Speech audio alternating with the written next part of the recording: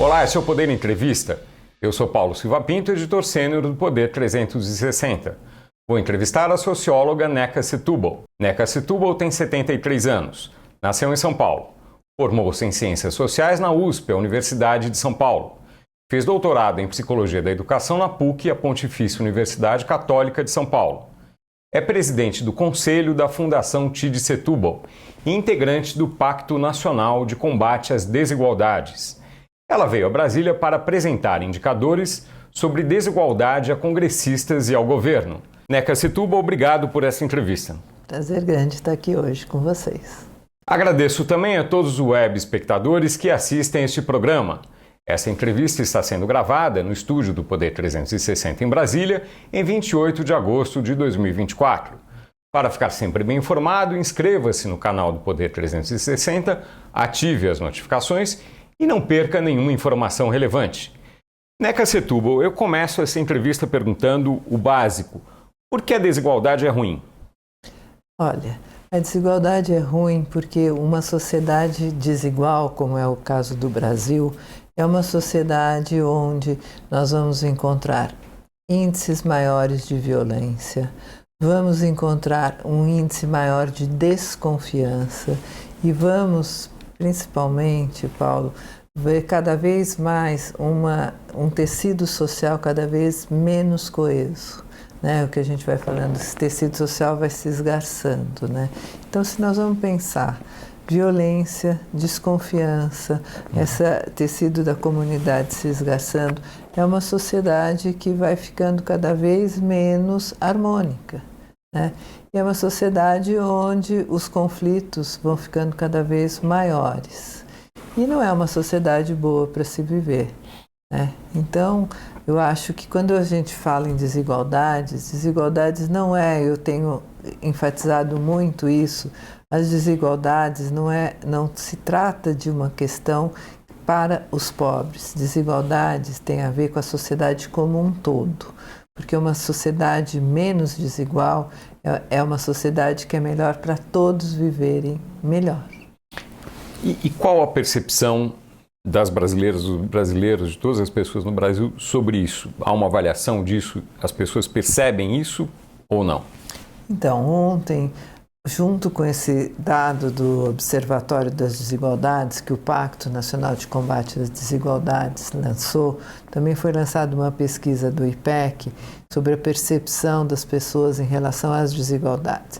E assim, do modo genérico também, as pessoas estão percebendo que está havendo uma melhora nas desigualdades, uma melhora lenta, mas existe uma percepção de que na cidade de São Paulo, uma melhora nas desigualdades, uma melhora nas questões de violência, nas questões de violência contra o racismo, na violência contra as mulheres, mas isso é uma coisa que existe essa percepção de melhora, mas é uma melhora lenta, mas existe essa percepção. Eu acho que essa percepção ela vai de encontro aos dados indicadores que a gente encontrou no observatório. Acho que assim, o melhor indicador que a gente encontrou em um ano é que nós diminuímos 40% da pobreza, extrema pobreza do Brasil, ou seja... E as pessoas percebem isso? E as pessoas perceberam isso, segundo essa pesquisa. Então, acho que esse é o melhor indicador que a gente encontrou e as pessoas perceberam isso. Como foi a evolução da desigualdade ao longo da história do Brasil, da história mais recente? Eu acho que, assim, ao mesmo tempo, o observatório mostra que a desigualdade ela permaneceu praticamente igual. Ela mexe 1%, 0%, 1%, ela praticamente está no mesmo patamar. Você pega 1% mais rico com os tanto por cento mais pobre, ela está praticamente, a desigualdade ela se mantém. Ao longo do tempo, eu não sou boa de lembrar números, mas a gente vai ter no governo Lula, se não me engano, no segundo governo Lula, a gente teve uma melhora na desigualdade, no coeficiente de Gini, então a gente teve uma melhora na desigualdade. Depois desse governo, ao longo dos anos, isso diminuiu de novo, essa melhora da desigualdade de novo, não se manteve essa melhora da desigualdade. Mas eu acho que o que a gente encontrou no observatório foi uma diminuição da pobreza e da extrema pobreza, o que é diferente do que diminuir a desigualdade. Porque o que eu tenho falado é que a gente, para diminuir a desigualdade, tem que ter uma intencionalidade muito grande. As políticas públicas têm que ter um foco, uma intenção de combate às desigualdades. Porque as desigualdades são multideterminadas. Então, você tem que ter realmente uma intenção e elas são de longo prazo. Então, isso exige políticas públicas intersetorializadas. Quais seriam as políticas públicas mais prementes para isso? Olha, hoje a gente tem discutido que, sem dúvida, a tributação é uma delas. O que encontra uma resistência muito grande no Brasil, dado ao longo do tempo que a gente tem visto, Salário mínimo é outra, que no governo Lula isso fez muita diferença. Subiu o salário mínimo acima da inflação. Subiu o salário mínimo acima da inflação fez uma diferença muito grande, porque o salário mínimo impacta depois nas outras políticas sociais, de aposentadoria e tal, então tem um impacto muito grande. E depois, obviamente, educação e saúde, Mas renda, tributação, hoje é a discussão maior. E no caso da tributação, o que precisaria ser feito? A reforma tributária já foi aprovada, a emenda constitucional, primeira, alguma coisa que possa ser feita? Eu outras acho que é a tributação progressiva, Nós temos, a discussão hoje é que nós temos uma tributação regressiva, então acho que a discussão da segunda metade da reforma tributária é como tornar uma tributação mais progressiva no país, Porque hoje a gente tem uma tributação onde os mais pobres acabam proporcionalmente pagando mais do que as pessoas mais ricas. Então acho que essa é a grande debate que provavelmente nós teremos quando o governo enviar a segunda metade da reforma tributária no país, o que certamente terá uma discussão muito grande, um congresso que é um congresso mais conservador, numa sociedade mais conservadora também. Vamos ver como é que isso vai se desenvolver no país. O pacto, os representantes do Pacto Nacional de Combate às Desigualdades estão em Brasília, passaram os últimos dias em Brasília e continuam apresentando os dados do relatório. Qual tem sido a recepção por parte de congressistas e do governo, de outras pessoas da sociedade, em relação aos números? Olha, a recepção é muito boa, mas a gente teve, em relação aos congressistas, a frente de combate às desigualdades. Então, são já deputados que estão dentro dessa agenda, São os convertidos já? Já são os convertidos. Tá. Depois a gente hoje apresentou para o conselhão, os membros do conselho, que também, de alguma forma, quem estava presencialmente são as pessoas que fazem parte do comitê gestor, também já são os mais próximos do conselhão, mas tinha muita gente online que também estava interessada.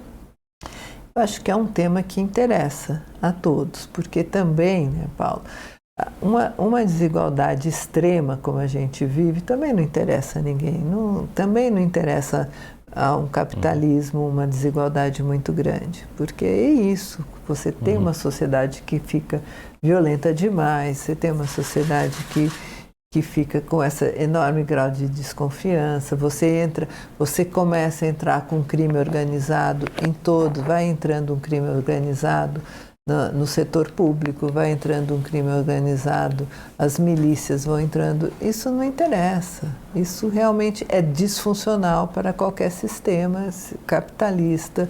Então, realmente acaba sendo disfuncional, né? O extremo da desigualdade. Então, eu acho que a desigualdade apesar da sociedade a sociedade conservadora, eu acho que é um tema que chegou no momento, especialmente no mundo hoje, que é um tema que o mundo hoje está debatendo. Os países da OSD estão debatendo, porque chegou um momento que isso passou a ser disfuncional para o sistema capitalista. E eu acho que para alguns setores aqui do Brasil também já entenderam isso. Porque é isso. Quem quer um país dominado pelas milícias, pelo tráfico, não é um país que vai sobreviver a isso, né? E essa desigualdade aumentando vai criando essas possibilidades cada vez maior. Então, eu acho que é um tema que é complexo, porque é paradoxal o que eu estou falando. Por um lado, é uma sociedade conservadora que rejeita e vai fazer resistência a medidas de combate à desigualdade. Por outro lado, tem um setor que já entendeu que essa desigualdade extrema está dando margem à maior violência, à entrada do crime, à entrada de milícias e que isso não vai dar certo. Essa percepção está crescendo na sociedade, na sua avaliação? Eu acho que está. E alguns setores importantes da elite brasileira mais progressista também já entendeu isso. Então, é um jogo de poder. Eu acho que é uma minoria da elite aqui, mas é uma minoria que tem também influência. Eu acho que é um jogo de poder aqui, não sei o que vai dar. Mas no mundo, eu acho que existe, tanto que essa proposta do ministro Haddad, da taxação dos super ricos, já foi aceita no G20. Porque isso tem um entendimento de que precisa ter uma reversão dessa desigualdade enorme no mundo, porque não é só no Brasil. O Brasil é um extremo, mas não é só no Brasil. Mas na sua avaliação, sem o apoio dos Estados Unidos, é possível a implementação disso? Acho difícil, né? E os Estados Unidos até hoje não apoiou. Vários países já. E poderão mudar? Assim como os Estados Unidos não apoiou, demorou muito, nem sei se já entrou também no Acordo de Paris, lá na questão ambiental, né? Então, é difícil. Então, é isso. Acho que é muitos debates, muito diálogo. Quer dizer, uma coisa que não é para agora, vai ser construída para daqui a algum tempo. Tem que ir construindo, né? Eu acho que tem que ir construindo. Muitos países já apoiaram e eu acho que isso é uma construção. Não sei, é uma construção. Não sei quanto tempo e vamos ver, agora vai entrar a Câmara, não sei como é que é. Se entrar, não sei. É uma construção, construção. É possível estabelecer uma meta para daqui a 10 anos, 20 anos, em termos de redução de desigualdade no Brasil? Acho que a gente tem que... Não existe ainda uma coisa nesse sentido. Mas eu acho que a gente tem que estabelecer essas metas, né?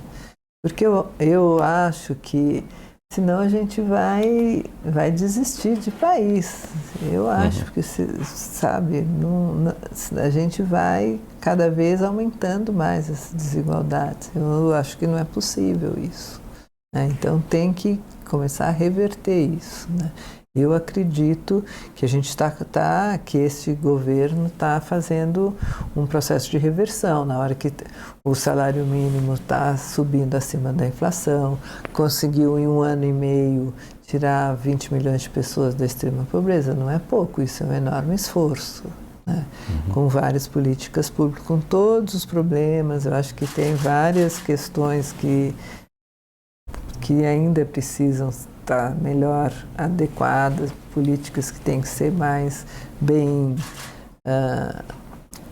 mais bem programadas, enfim.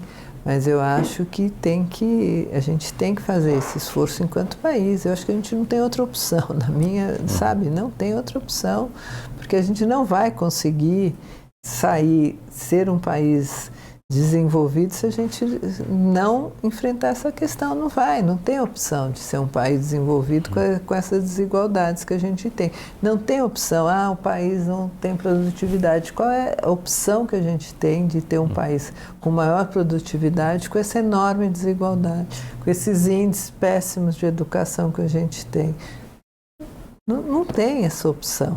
Se a gente não enfrenta essas questões, a gente nunca vai atingir uma maior produtividade, que é que várias pessoas do mercado falam, ficam criticando, mas como é que a gente vai conseguir com esse nível de educação, com esse nível de desigualdade? Tem que enfrentar essas questões para conseguir ter maior produtividade, maior eficiência.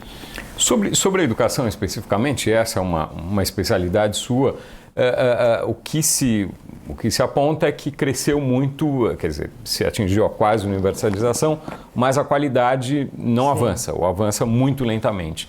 Por que isso? Eu tenho uma hipótese muito controversa, mas que vai na linha da desigualdade também.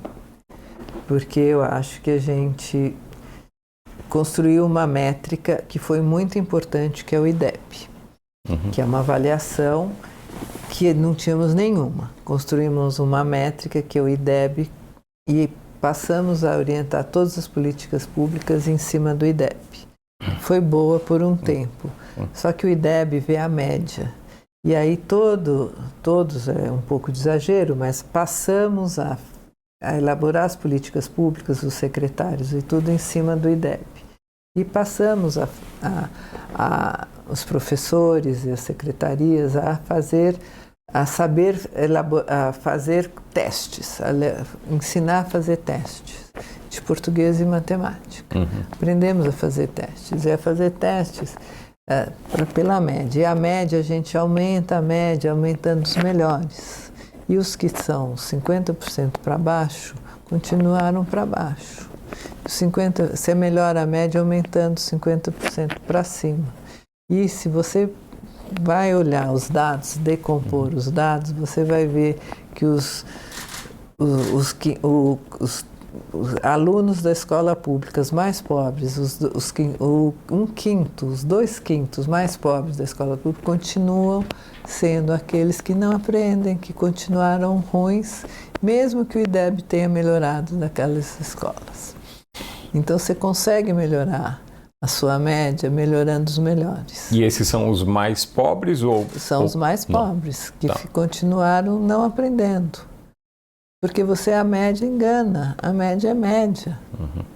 Então eu fico assim, acho que a gente tinha que ter mudado o IDEB, ele foi bom por um tempo, ele engana e as políticas continuam sendo feitas em cima da média e a média esconde os que não aprendem. Qual seria uma política? Quase 50%, 40% não está aprendendo e continua não está aprendendo. Além de tudo, tem um maior agravante ainda, que para fazer a prova do IDEB, alguns estados, mais de 40% das suas escolas nem fazem a prova do IDEB, porque são escolas multisseriadas, escolas indígenas, escolas rurais que nem recebem a prova do IDEB. E, em geral, via de regra, são as escolas mais pobres, que estão até fora. Então, o resultado é pior ainda do que está. Então, assim, é muito ruim. E essas aí até nem entram nas políticas, entendeu? Então, a gente faz todo um esforço em cima dos 50% melhores da escola pública. E os 50% que são os que têm maiores vulnerabilidades, via de regra, as crianças negras e mais pobres continuam não aprendendo. Então, a média esconde, a média é média. Metade ou 40%, 30% a 40% continuam ruim. E, portanto, a gente não consegue melhorar. Quer dizer, mesmo que o IDEB melhore, a qualidade não melhorou. A realidade é ainda pior do que o IDEB. É, pior. Tá. E porque a média mas a média esconde 40% no mínimo. E 40% é muita gente. E, portanto, quando você vai ver a qualidade total, não melhorou. E qual seria uma... Porque você enfrentar... Eu volto para a minha primeira coisa que assim, eu falo que infelizmente quando a gente fala de combater as desigualdades é quase que é o mensageiro da má notícia. Por quê? Combater as desigualdades não é do tempo do político, porque exigiria você colocar os melhores professores, material didático importante, adequado, classes menores para as periferias, onde não aparece e demora provavelmente mais tempo do que o tempo do político que vai ficar ali. E aí ninguém vai fazer isso. Qual seria a solução? Fazer isso.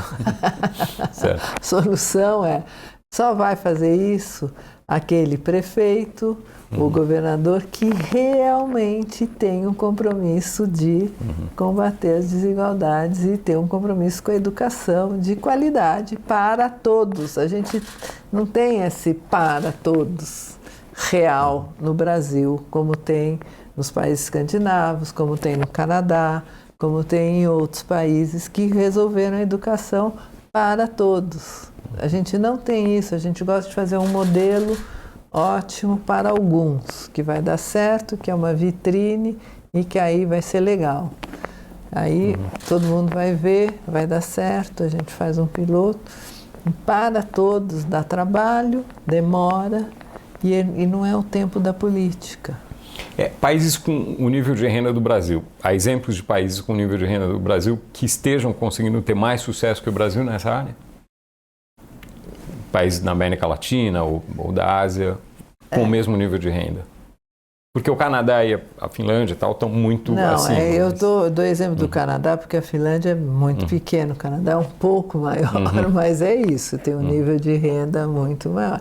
É que os países que tinham na Ásia, a Coreia tinha nos anos 70. E avançou muito. Só que fez um esforço enorme em educação, né? E aí... Só que é um país pequeno, né? Mas tinha, nos anos 70, eles optaram fazer o desenvolvimento baseado em educação. A gente não fez essa opção. E eles fizeram. A gente fez outras opções. E a gente nunca fez opção baseada em educação. A gente fez opção baseada em consumo. Fizemos outras opções. Então, na América Latina tem exemplos de mais... Não temos nem... O Chile, mas é um país aí também pequeno tem problema também.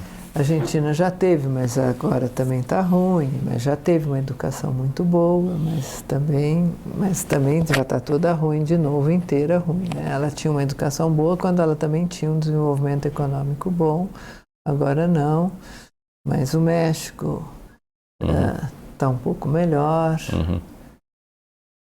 Mas assim, são países que também não têm essa desigualdade que a gente tem, né? Então, para resolver a educação, em parte é necessário resolver a desigualdade de renda também antes? Eu acho que vem junto, né? Porque, assim, se você tem uma criança que está numa ocupação, sei lá, que vive numa situação de altíssima vulnerabilidade, que não é um caso isolado, como a mãe solo, que está numa situação que a mãe não tem um emprego, que que tem que todo dia ir atrás para saber o que vai comer, como é que está e tal. É difícil ela ir bem numa escola, mesmo que esteja numa escola boa. Então, a educação, nesse nível de pobreza que a gente está vivendo ainda, ela tem que estar muito ligada com a assistência social e com a saúde. Tem que estar numa relação muito intersetorial, né? Mas eu acho que é possível. Eu estou fazendo aqui um quadro muito difícil, mas eu acho que é possível, sabe? Eu acho que exige uma intencionalidade de trabalhar nos territórios de uma forma intersetorial. E tem lugares que estão acontecendo isso. Eu acho que existe essa possibilidade. Existem lugares onde isso está acontecendo. Mas precisa ter essa consciência. Várias pessoas de alta renda se dedicam a essa causa, essa preocupação com a desigualdade. Essas pessoas sofrem algum tipo de preconceito? Eu acho que sempre tem quem vai dizer, muito fácil fazer isso, faz isso, mas vive super bem. Mas isso é parte da vida, né? Eu acho que é parte de você ter as pessoas sempre gostam de encaixar nos boxes, assim, né? Tá encaixando, tem que estar encaixado em certos estereótipos, né? Então, acho que é parte.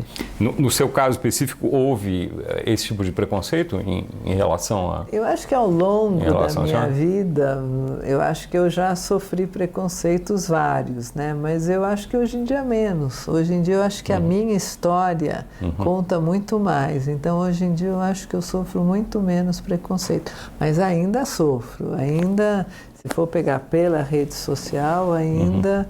Outro dia eu fiz estava numa feira do livro tal, e aí teve alguma coisa que eu falei que eu era a favor da taxação dos super ricos, aí na rede social já apareceu alguma coisa assim. Mas no geral eu acho que hoje em dia é muito menos, porque eu acho que eu tenho uma história muito consistente com as coisas que eu falo e tal, então hoje em dia é muito menos. Mas sempre tem rede social. Sempre aparece. E sempre tem o estereótipo de quem é da elite, quem que não é, como que é. E outros integrantes do pacto, porque tem vários que são empresários, ou foram empresários, enfim, eles também sofrem esse tipo de preconceito, elas? Não sei, mas acho que, não sei bem, aí não sei dizer, precisaria responder. Não é um grande problema isso para os integrantes, tá? Não, acho que não. Perfeito. Acho que não. Tem alguma coisa que não tenha sido perguntado aqui, que a senhora gostaria de comentar? Eu gostaria de falar que, acho que assim, dentro das desigualdades hoje, que me incomoda muito e que aparece no observatório, para mim, é a desigualdade da representação política. Isso eu acho que é muito importante. E meio que explica também por que a gente não caminha nas áreas, até nas desigualdades sociais também, é a baixa representação de mulheres na política, a baixa representação de pessoas negras e pessoas indígenas, né? Então, assim, a gente acho que dos países da América Latina, da América do Sul, da América Latina em geral, que tem a menor percentual de mulheres, de pessoas negras, né, na política. Então, isso eu acho que é, assim, realmente eu não me conformo com isso. Na sua avaliação, o governo Lula deveria ter feito mais escolhas de mulheres, de negros? Acho que poderia ter feito mais, mas acho que já é um avanço, né? Acho que já foi um avanço comparado com todos os outros governos, mesmo do próprio Lula, acho que mesmo da Dilma e tal. Então já é um avanço, poderia ter feito mais, eu acho que poderia. Mas acho que no legislativo, estou muito preocupada.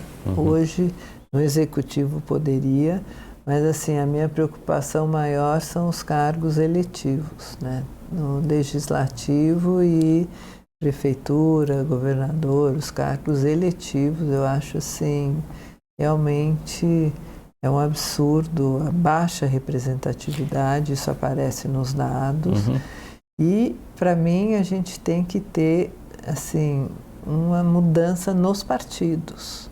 Porque os partidos não deixam entrar as mulheres. Mesmo quando teve cotas, não deixam entrar as mulheres. Tem uma estrutura, e mesmo as jovens lideranças, mesmo os homens jovens, tem uma estrutura que barra as mulheres, barra as pessoas negras, não apoiam, não dão recurso. Eu cansei já de apoiar mulheres, pessoas negras ao longo dos últimos 10 anos, dos últimos 10 anos ou mais, desde 2010 que eu tenho apoiado mulheres, pessoas negras, candidatos e de vários partidos, e eu sei como é que é. É muito difícil romper essa estrutura partidária, não consegue romper. Então, eu não sei, acho que a gente tem que mudar isso, porque senão daqui a 2 anos eu vou estar aqui sentando falando a mesma coisa, porque a gente vai eleger pouca, aumenta 1%, é um esforço enorme que a gente faz. Tem várias organizações de mulheres, várias coisas para votar para mulheres negras, votar pessoas negras, e aumenta 1%, 2%, é assim. Mas aí eu já entendi que é a estrutura dos partidos que não deixa. Você vê, no México é paridade, você tem que eleger 50% de mulheres, 50% de homens. No Chile, então, na Argentina, tem que mudar a estrutura. Não sei se é lista partidária, não sei o que é. Tem que mudar a estrutura.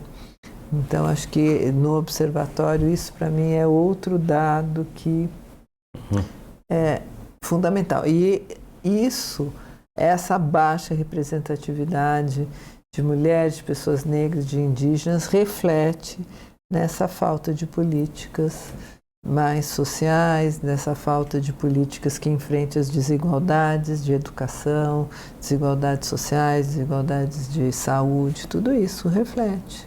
Porque as pessoas não estão lá no Congresso, nas câmaras de vereadores, nas prefeituras, para defender isso.